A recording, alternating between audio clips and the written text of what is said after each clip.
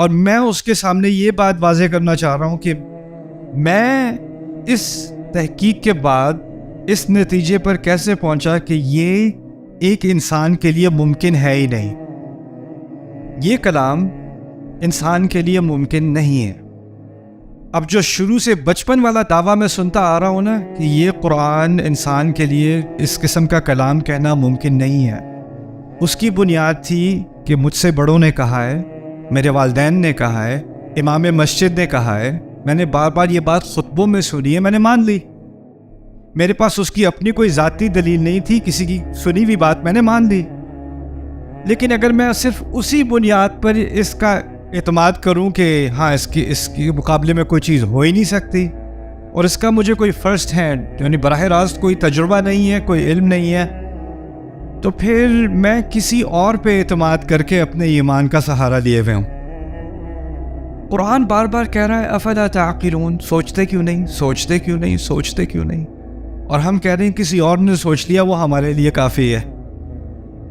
تو اس سیمینار کا مقصد یہ ہے کہ وہ جو کورس میں نے کئی سال پہلے تیار کیا تھا، پھر اس کے بعد وہ ایک کتاب بھی بنی، الحمدللہ وہ یونیورسٹیز میں بھی پڑھائی جا رہی ہے، یہاں تک کہ نان مسلم یونیورسٹیز میں ییل میں بھی پڑھائی جا رہی ہے، قرآنک اسٹڈیز کے اندر ملیشیا میں بھی پڑھائی جا رہی ہے.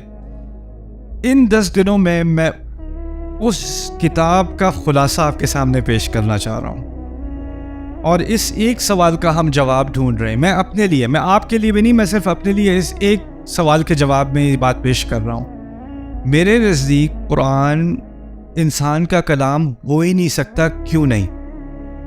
اس کی کئی وجوہات ہیں، ان میں سے کچھ وجوہات کا ہم ابھی جائزہ لیں گے.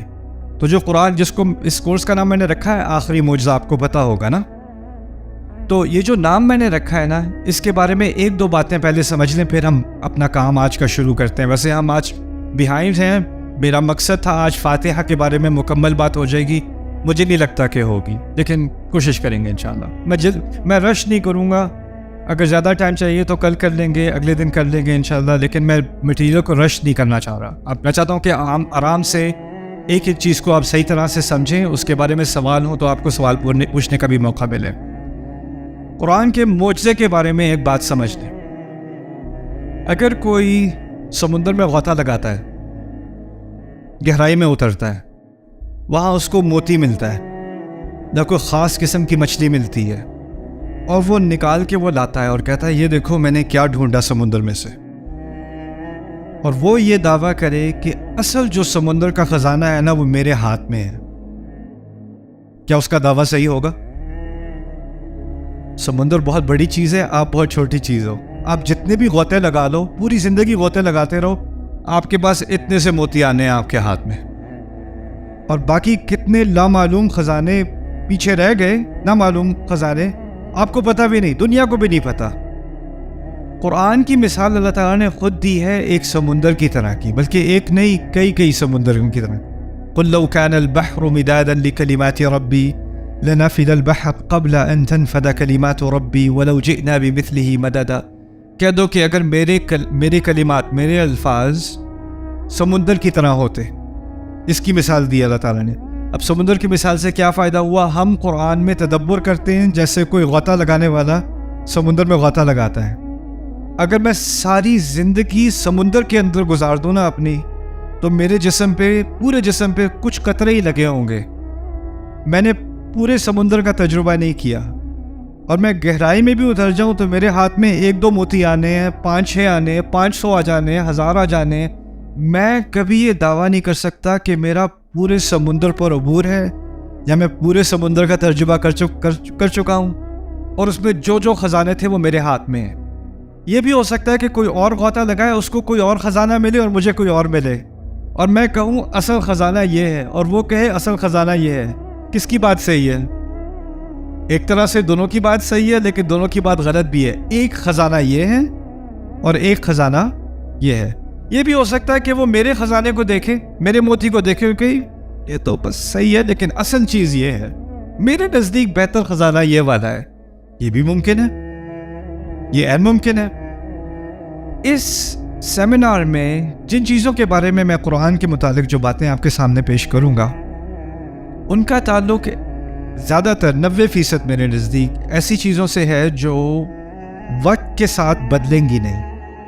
جیسے آپ کو معلوم ہوگا آج کل قرآن کے معجزے کی بارے میں جب بات ہوتی ہے تو کہا جاتا ہے قرآن میں جدید سائنس سے متعلق معجزات ہیں. آپ نے سنا ہوگا کہ قرآن میں ایسی باتیں ہیں جو اس وقت کسی کو معلوم نہیں تھیں، اب سائنس کی ترقی کی وجہ سے ہمیں معلوم ہے. تو قرآن کا اصل معجزہ کیا بتایا جاتا ہے؟ Science, right? The scientific miracle of the Quran. اب اس میں مسئلہ یہ ہے کہ سائنس ابھی بھی بدل رہی ہے، ابھی بھی ترقی کر رہی ہے، اور ہو سکتا ہے آج سے 10 سال بعد کوئی نئی ایجاد آئے یا کوئی نیا اکتشاف ہو، کوئی نئی ڈسکوری آئے، اور جو تھیوری ہم سمجھتے تھے کہ صحیح ہے وہ غلط ثابت ہو جائے. ایک زمانے میں نیوٹن حق تھا، پھر آئنسٹائن حق ہوا. تھیوری تو بدل گئی نا. اب جب ایک دفعہ تھیوری بدل گئی، اب پرانی تھیوری سے آپ نے قرآن کو جوڑ دیا کہ قرآن کا معجزہ اس تھیوری کے ساتھ ہے. آگے جا کے وہ تھیوری غلط ثابت ہو گئی، مسئلہ تو کھڑا ہو گیا نا. یہ کیا ہوتا ہے کہ ہم قرآن کا معجزہ قرآن سے باہر ڈھونڈتے ہیں، ٹھیک ہے نا. تو قرآن کے 2 طرح کے معجزے ہیں. ایک قرآن جو باہر کی بات کر رہا ہے، اس سے کبھی معجزہ ثابت ہو سکتا ہے، میں اس کا انکار نہیں کر سکتا، وہ ہو سکتا ہے. لیکن ایک قرآن کا معجزہ ہے اس کے اندر ہی، اس کو باہر جانے کی ضرورت نہیں، اس کے اندر ہی ہے. اور جو اس کا اندرونی معجزہ ہے نا، وہ چاہے پہلی صدی میں ہو یا 20ویں صدی میں ہو یا 30ویں صدی میں ہو، اس میں کوئی فرق ہی نہیں آنا. میرے نزدیک قرآن کا جو اصل معجزہ ہے نا وہ اس کے اندر ہے، اور اس کے باہر جو معجزات ہیں وہ آتے رہیں گے، اور شاید ان میں کوئی حق ہو، شاید بعد میں کوئی بات غلط ثابت ہو جائے، ہو سکتا ہے اس میں امکان ہے غلطی کا. لیکن جو اندرونی معجزہ ہے نا اس میں کوئی غلطی کا امکان نہیں ہے. بات ابھی تک سمجھ میں آ رہی ہے؟ ٹھیک ہے. اب تھوڑی سی بات ہم آج اس پہلے سیشن میں آپ سے فاتحہ کے بارے میں کچھ بات کروں گا. اس سیشن میں صرف الحمدللہ تک، اگر ممکن ہوا صرف الحمدللہ تک بات کریں گے، باقی بعد میں. پہلی بات یہ سمجھ لیں کہ ہمارے ہاں فاتحہ کے بارے میں اختلاف ہے کہ اس کی پہلی آیت یا تو بسم اللہ الرحمن الرحیم ہے یا الحمدللہ ہے. اور آپ دیکھیں گے کہ اگر مختلف ممالک میں آپ سفر کرتے ہیں تو کچھ مذاہب میں، کچھ فقہا کے نزدیک کیونکہ بسم اللہ فاتحہ کا حصہ ہے، تو آپ کسی مسجد میں جا کے مغرب کی نماز میں شرکت کرو گے تو امام اللہ اکبر کہنے کے بعد الحمدللہ سے شروع نہیں کرے گا. کہاں سے شروع کرے گا؟ بسم اللہ الرحمن الرحیم الحمدللہ رب العالمین. اور ہمارے دیسیوں کو لگے گا یہ کیا ہو رہا ہے یار، بسم اللہ زور سے کیونکہ ان کے ہاں بسم اللہ فاتحہ کا حصہ ہے. اور یہ اختلاف ہمارے مفسرون میں بھی تھا، کیا بسم اللہ فاتحہ کا حصہ ہے. پھر ایک اور اختلاف تھا، کیا بسم اللہ ہر سورت کا حصہ ہے یا ہر سورت سے الگ ہے. اس بحث میں بہت دیر لگ جائے گی، اور اگر ہم نے بسم اللہ پر آج بات کی تو اسی میں 2-3 گھنٹے لگ جائیں گے. لیکن میں اپنی رائے آپ کے سامنے رکھ رہا ہوں کھول کے. میرے نزدیک زیادہ قوی دلیل یہ ہے کہ بسم اللہ فاتحہ کا حصہ نہیں ہے، اور اس کی تائید میں کچھ دلیل قرآن کے اندر بھی ہے اور اس کے باہر بھی. ایک مشہور حدیث ہے جس میں حدیث قدسی ہے، جو عام طور پر اس سورت کی تفسیر میں حوالہ اس کا دیا جاتا ہے کہ جب اللہ کا بندہ فاتحہ پڑھتا ہے تو ایک آیت کے بعد اللہ تعالیٰ اس کا جواب دیتا ہے. ٹھیک ہے. سو اذ قال العبد الحمدللہ حمیدنی ربی، جواب میں اللہ تعالیٰ کہتے ہیں میرے رب نے میری حمد کی. تو اس حدیث میں جو پہلی آیت کا ذکر ہے وہ کیا ہے؟ الحمدللہ. بسم اللہ نہیں ہے، الحمدللہ ہے. تو وہاں سے بھی ایک باریک سی دلیل مل گئی کہ شاید قوی دلیل یہی ہے کہ فاتحہ کہاں سے شروع ہوتی ہے؟ الحمدللہ سے. اچھا چلیں الحمدللہ پہ آج تھوڑی سی بات کرتے ہیں. حمد کا مطلب کیا ہے؟ کسی کو پتہ ہے؟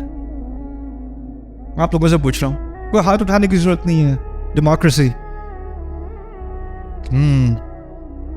2 چیزیں عام طور پہ ہم ترجمہ کرتے ہیں تعریف، لیکن اصل میں 2 چیزیں ہیں. تعریف، آپ صحیح کہہ رہے ہو، تعریف اور شکر 2 چیزیں ہیں.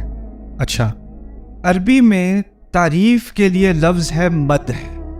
مدح اردو میں مدح کرنا، مدح. اور ثنا، اس کو بھی ہم ثنا اردو میں بھی استعمال کرتے ہیں. اور شکر کے لیے لفظ ہے شکر. اگر کہا جاتا الشکر للہ تو کیا چیز رہ جاتی؟ شکر آ جاتا، تعریف رہ جاتی.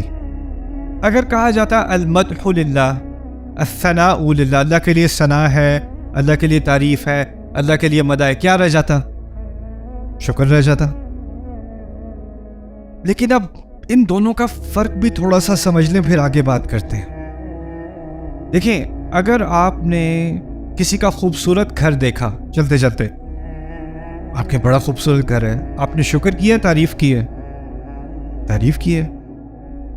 پاکستان کرکٹ ٹیم نے کوئی بہت اچھا میچ کھیلا ہو، انا للہ و انا الیہ راجعون، آپ اس میں تو شکر اور تعریف دونوں کرتے ہیں۔ خیر، کوئی اچھی گاڑی دیکھی، انسان تعریف کرتا ہے۔ کوئی پیارا سا بچہ دیکھا، انسان تعریف کرتا ہے۔ کوئی اچھے کپڑے دیکھے، اچھا کھانا کھایا، تعریف کرتا ہے۔ کوئی خوبصورت منظر دیکھا، کوئی پہاڑ دیکھا، تعریف کرتا ہے۔ لیکن شکر اور جگہ ہوتا ہے، اور جس چیز کی آپ تعریف کرتے ہیں لازمی نہیں کہ اس کا آپ شکر کریں۔ اگر آپ ایک بچے کی، کیوٹ سے بچے کی تعریف کر رہے ہیں، تو آپ بچے کا شکریہ ادا نہیں کرتے، کوئی سینس نہیں بنتی۔ کوئی خوبصورت گاڑی ہے تو اس کی گاڑی کے پاس آ کے آپ گاڑی پہ ہاتھ رکھ کے اس کا شکریہ ادا نہیں کرتے، تعریف ضرور کر دیتے ہیں، بڑے مزے کی گاڑی، لیکن آپ اس کا شکر ادا نہیں کرو، کہ شکر کی کوئی تک نہیں بنتی۔ اسی طرح اس کا متضاد بھی صحیح ہے۔ کبھی کبھی ایسا ہوتا ہے کہ آپ کسی کا شکر ادا کرتے ہیں لیکن وہ تعریف کے لائق نہیں ہوتا، ایسا بھی ہو سکتا ہے۔